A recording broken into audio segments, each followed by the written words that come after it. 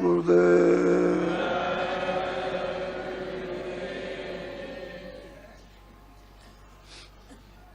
जय गुरुदेव नाम किसका?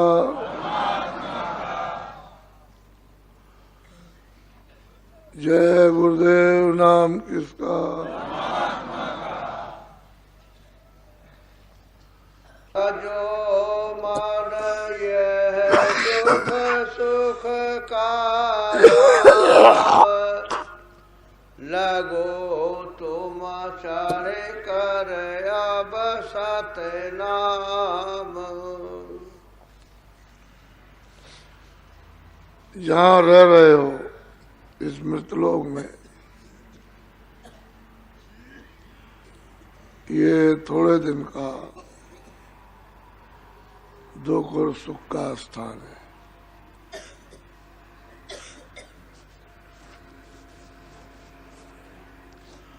वो भी बहुत नाम मात्र।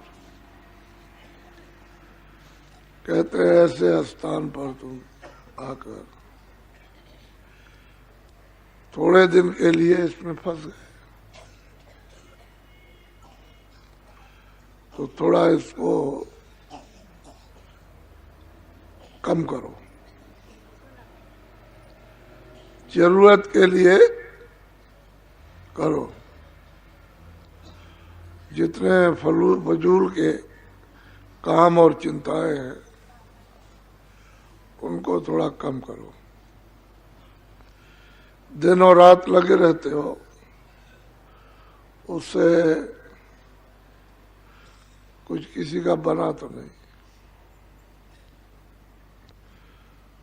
सारी जिंदगी करता, आखिर में रोता है कि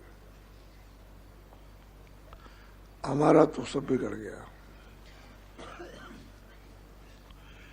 45 साल आपको बनाते बनाते हो गए कि अब बन जाएंगे, अब बन जाएंगे, अब बन जाएंगे, धनी हो जाएंगे, सुख मिल जाएगा, आराम मिलेगा, परिवार फलेगा फूलेगा। ये देखते देखते आशा इसी में लगाए लगाए और बस ये आपके लिए दिन आ गए और हुआ कुछ नहीं। क्या हुआ कि खान पान बिगड़ गया, रहन सहन बिगड़ गया, बोली भाषा बिगड़ गई, देखना सुनना बिगड़ गया और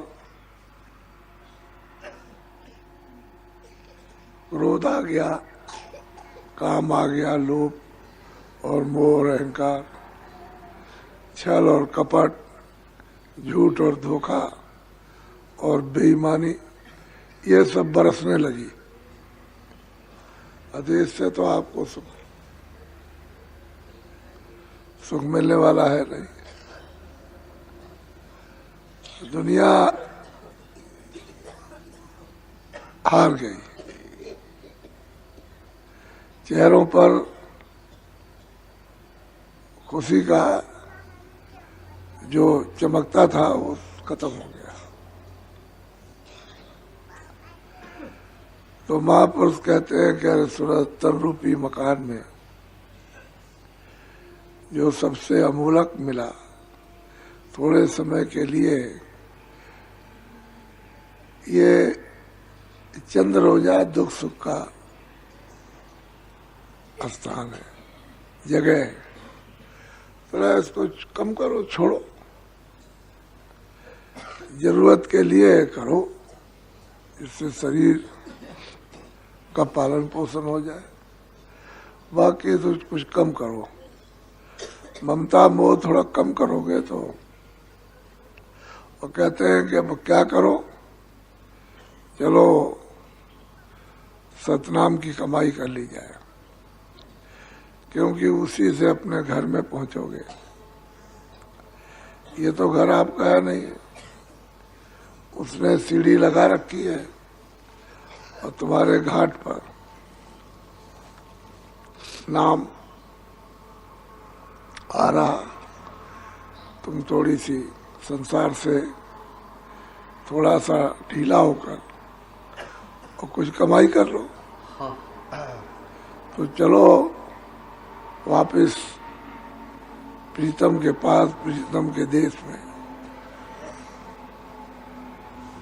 वो ईश्वर का भी तो मालिक है, ब्रह्म का भी वो पिता है, पार ब्रह्म का भी पिता। ये सब वहीं से आए और हम सब जितने भी जीव है,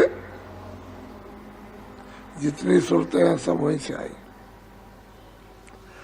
हम लोगों को भी उन्होंने निकाला और इनको सबको निकाल दिया।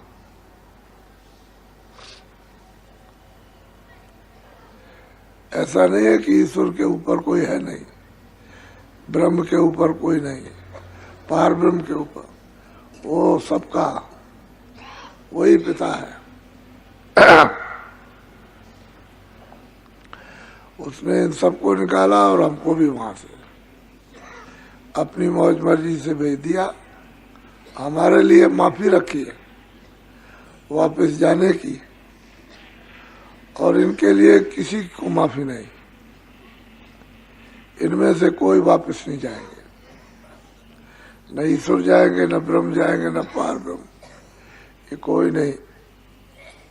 ये जो सुरतें आई हैं, ये संतों के वसीले से वापस चले जाएंगे। ये सत्पुरुष ने माफी रखी है, और लोगों के लिए नहीं। तो आपको ये भेद तो मालूम है नहीं। तो कहते हैं ये दुख सुख का स्थान है, यहाँ हमेशा ही लोग रोते और मतलब ये है कि चिल्लाते रहेंगे। और अपनी आंखों से देखो तो इसको तजो, चित्त से काम वही करो, चित्त से हटा लो, चित्त हटा लो और चलो उल्टो ऊपर की तरफ, और उस नाम को पकड़ो और चलो घर में। तुम्हारा घर तो इतना सुखकारी है, ऐसे ऐसे महल तुम्हारे लिए बने हुए हैं कि जैसे सारा संसार, ऐसे तो वहां अनंतों महल है।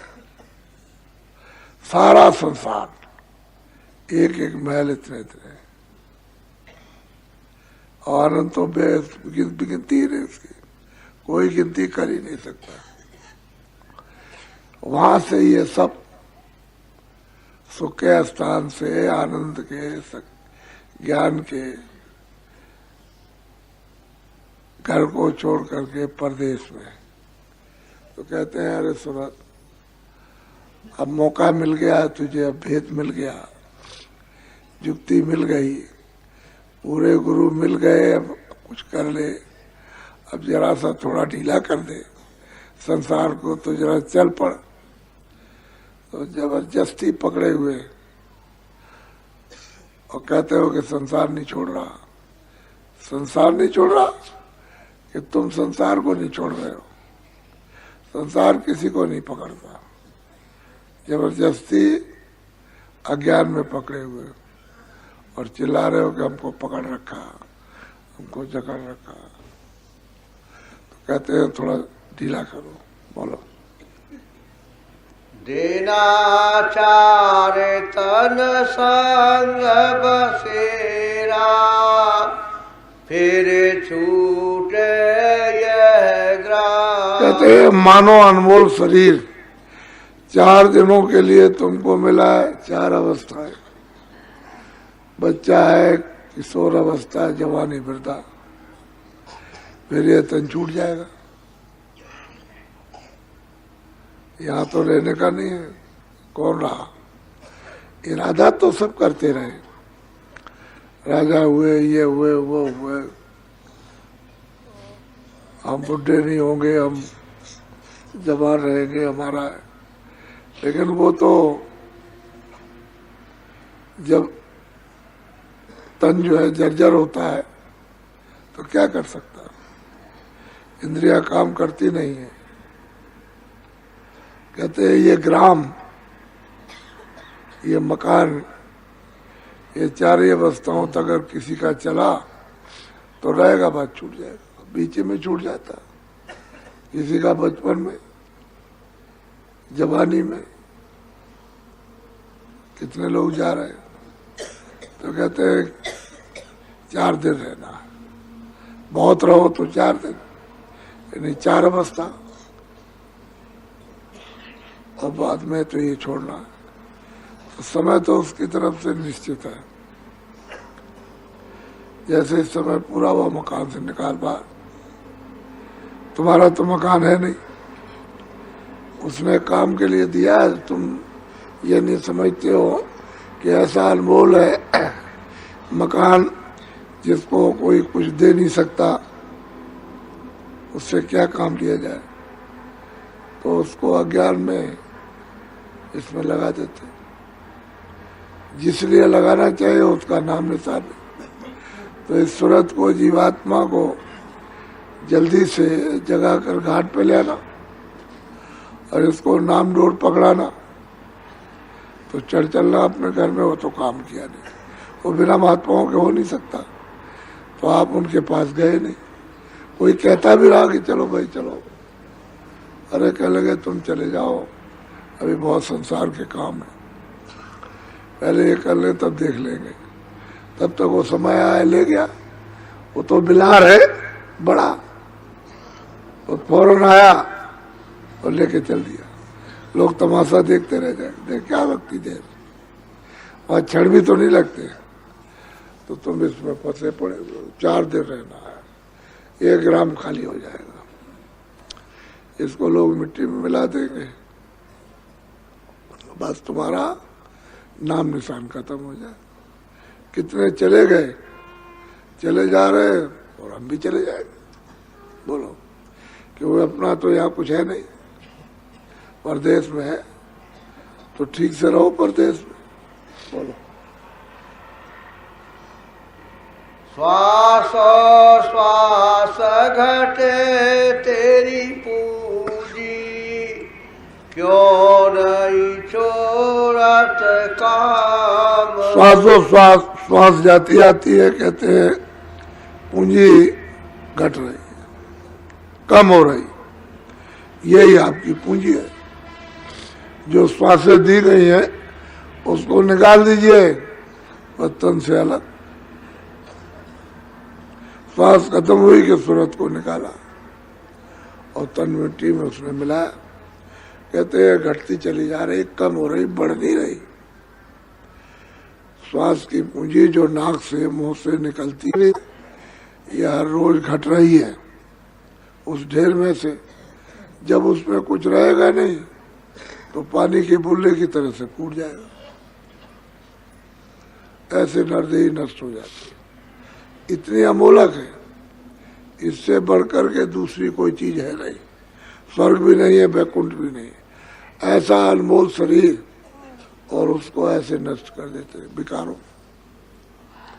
बुराइयों में, झूठ छल कपट दुनिया में, मोह ममता में, इसमें लगा देते हैं। तो ये तो गैरों का काम हुआ, ये तो शरीर संबंधी, तो शरीर भी अपना नहीं है, ये कुछ अपना नहीं। और कमाकर तुमने मतलब ये बुराई को रख लिया, फिर उसकी सजा मिलती है, क्षणों में छूट जाएगा।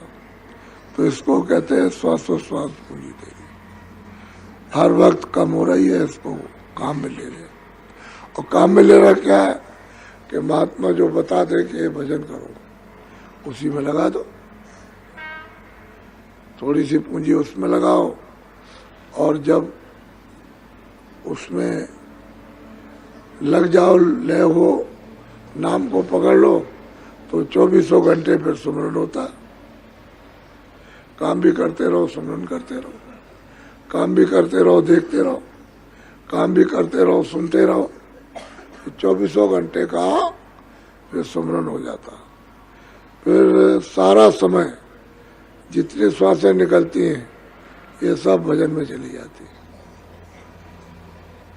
फिर श्वास खराब नहीं होती। और अभी तो सब खराब हो रही, एक भी काम में नहीं आ रही। बोलो। श्वास दुधारा नितई जारी, एक दिन खाली चाम। कहते हैं श्वास आती जाती है, जिस दिन समाप्त हो गई वह इस चाम से, इस चमड़े से, इस तन से निकाल दी जाओगी, शरीर से निकाल दी जाओगी, तो खेल खत्म हो जाएगा। बोलो। तू अचेत गा, तू अचेत गा फिरयो फिरता, सुने न मूल कलाम। महापुरुष बताते हमेशा कि तू अचेत है, तू गाफिल बेहोश बदहोश है, तेरा ध्यान ही उधर नहीं और इधर उधर फिरता रहता है। जो महात्माओं के मूल कलाम है जीवात्मा को वापस घर में ले जाने के, उनको एक भी नहीं सुनता, ध्यान ही देता उसको। ऐसा गोपनीय भेद मनुष्य रूपी मंदिर में जो योगी योग करते रहते थे, सैकड़ों वर्षों तक नहीं कर पाते थे, वो संतों ने उसको सहज कर दिया, बहुत आसान। इसलिए बहुत बच्चों के लिए सुलभ से सुलभ कर दिया। अब इसको भी नहीं सुनता, अपनी चीज पकड़ता नहीं है, बदहोश है, गाफिल। जरा सा भी उसको इस नर शरीर की कीमत नहीं मालूम कि थोड़ा ध्यान देता कि मनुष्य शरीर कितना अमूलक है, अब क्यों ना कुछ काम ले लिया जाए।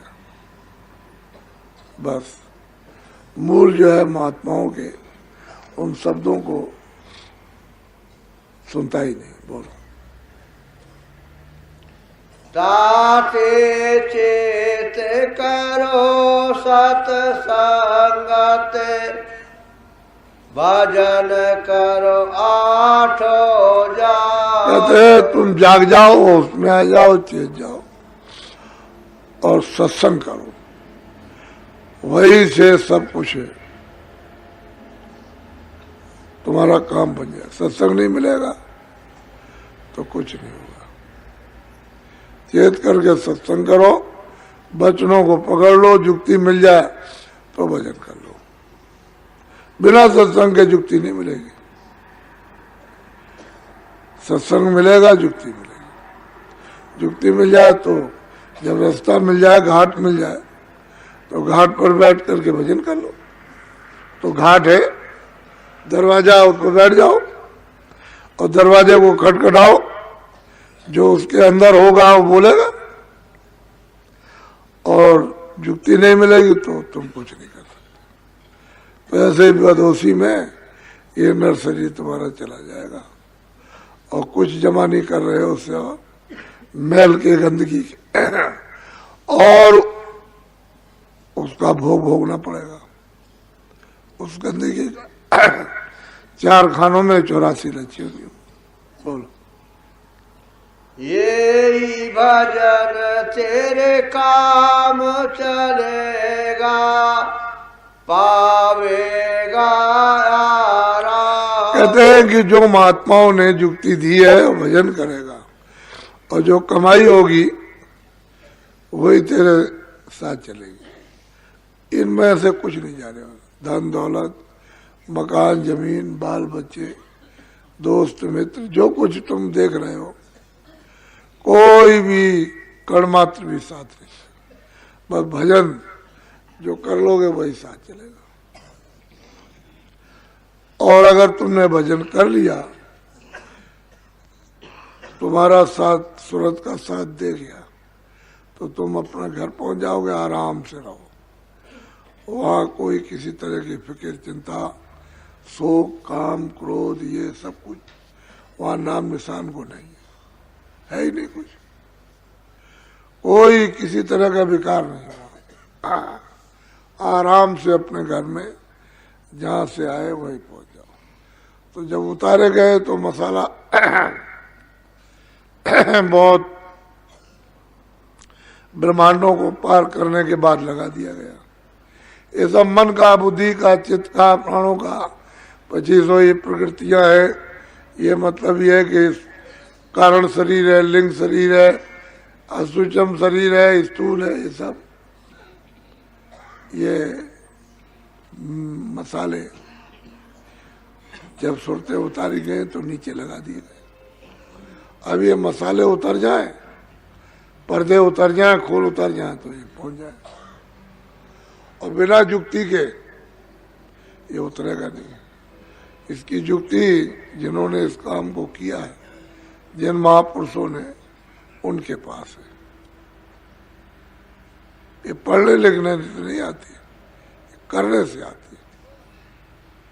पढ़ने लिखने वाले तो बहुत हैं, उनके पास कुछ नहीं, ये तो किया जाए तो।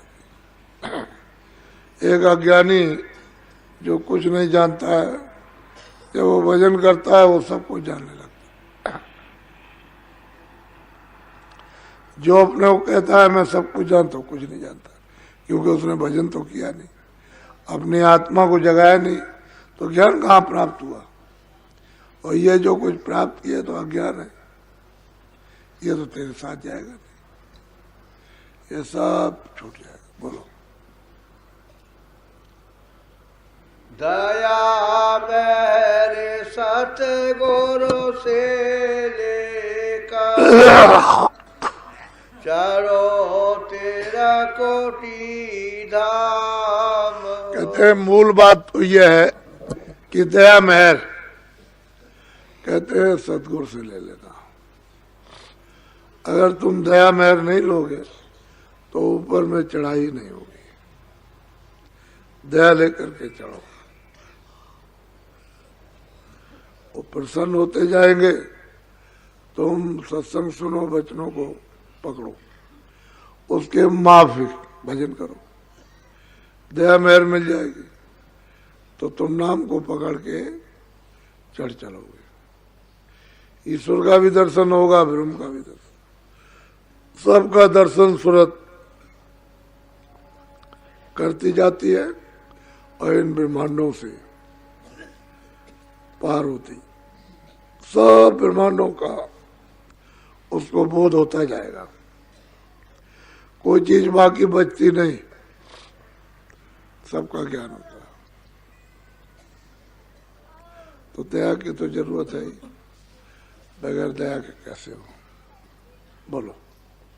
काल करम से बंधन छूटे, मेरे पुरुष सतनाम। कहते हैं काल के देश में आए हो, वो ले आया, तपस्या करके मांग लिया, अब उसने बंधन लगा दिए।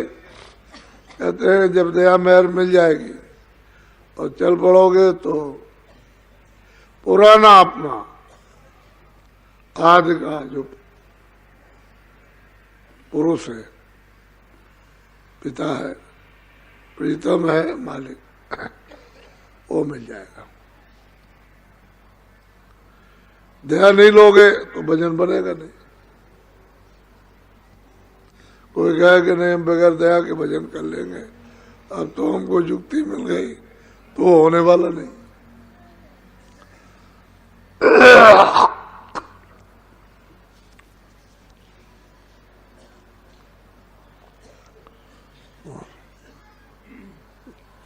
सतगुरु संत दया करी, आए धर अवतार, नाव बनाई शब्द की, खे उतारे पार। कहते हैं जब जब संत जगत में आवे,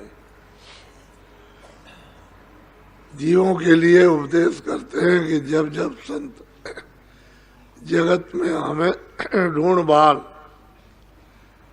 उनकी खोज करो, ढूंढो, उनके ढिंग जाओ, जाए करें दर्शन और सेवा, हाजिर रहे गिरे चरणन में। सेवा करो और हाजिरी दो, और जो वो सत्संग वचन सुना है उसको सुनो। तभी जब जब जगत में आए, क्योंकि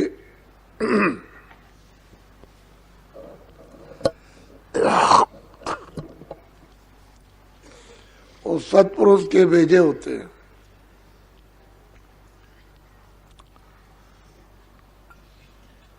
वो उनका अवतार है।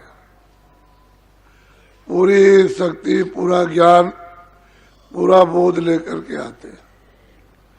जगत में आए, आपको चाहिए कहीं मिल जाए, जल्दी पहुंच जाए, उनकी खोज कर ले। फिर सत्संग, सत्संग के बिना कुछ समझ में आएगा नहीं।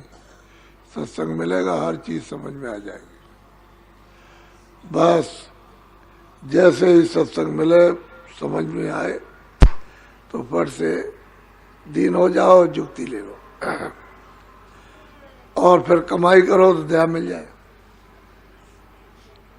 उसी दया से जीव पार चले जाते।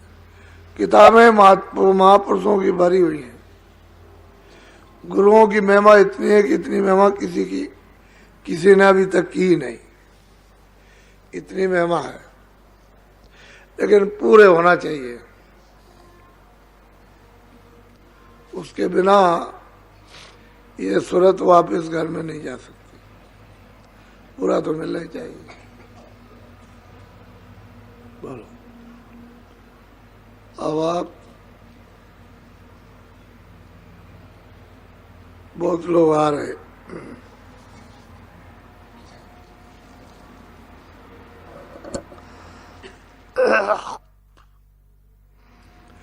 कार्यक्रम 2 सत्संग का 9 तारीख से, लेकिन ये तो बराबर चल रहा है। अब के लोगों को बहुत, जो यहाँ रहे उनको मिला सत्संग, और कल से भंडारे के उपलक्ष्य में सत्संग शुरू हो जाएगा। आज बहुत लोग दिखाई देंगे और ये 16 तारीख तक चलेगा, 9 से 16 तक। और आप लोग इसीलिए आए हो कि कुछ दुनियावी तकलीफ है, कुछ शारीरिक। दुनियावी का मतलब कुछ खेती है, कुछ दुकान है, कुछ दफ्तर है, कुछ बाल बच्चे हैं, कुछ नौकरी चाकरी है, मिलती है नहीं मिलती है, छूट जाती है। कुछ खेती में पैदा होता है नहीं होता, नौकरी में पूरा पड़ता है कि नहीं, कारोबार चलता कि नहीं। ये सब अपनी अपनी नए लोग तकलीफ लेकर के आए हो, वो तो सब मालूम है ही। चेहरों से और भावनाओं से तो पता चलता ही है कि आप तकलीफ में हो। तो आपकी मालिक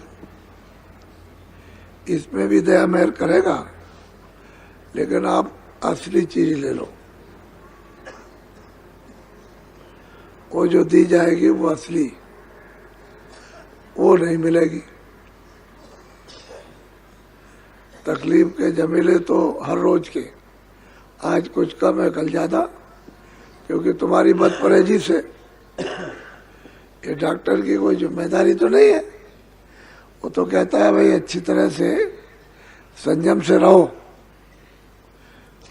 तो दवा भी काम कर जाएगी और तुम ठीक भी चलोगे, ठीक रहोगे, ठीक चलोगे। और संयम तोड़ दोगे तो दवा भी नहीं काम करेगी और तुम्हारा शरीर भी बेकार हो जाएगा। तो उसकी कोई जिम्मेदारी नहीं है।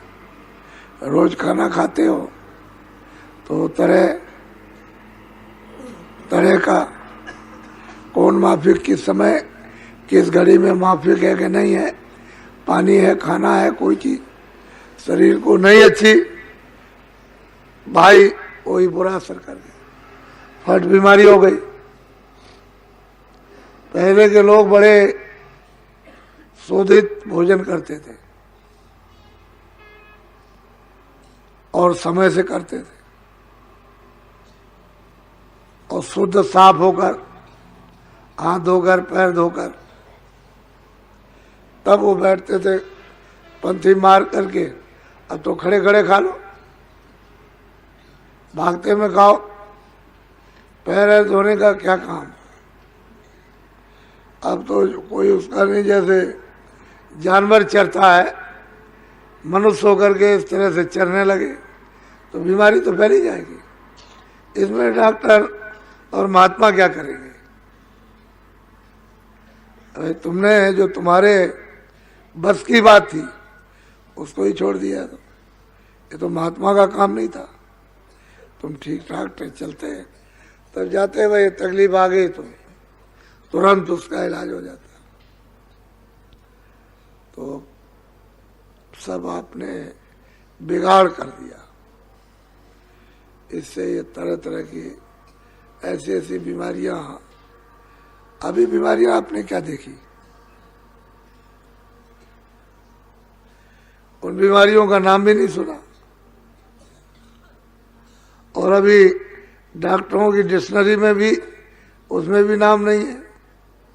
ऐसे ऐसे नाम आपके सामने आएंगे कि चकाचौंध हो जाओगे।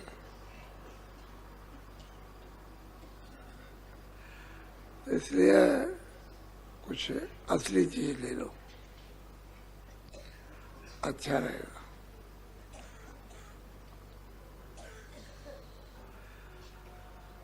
जय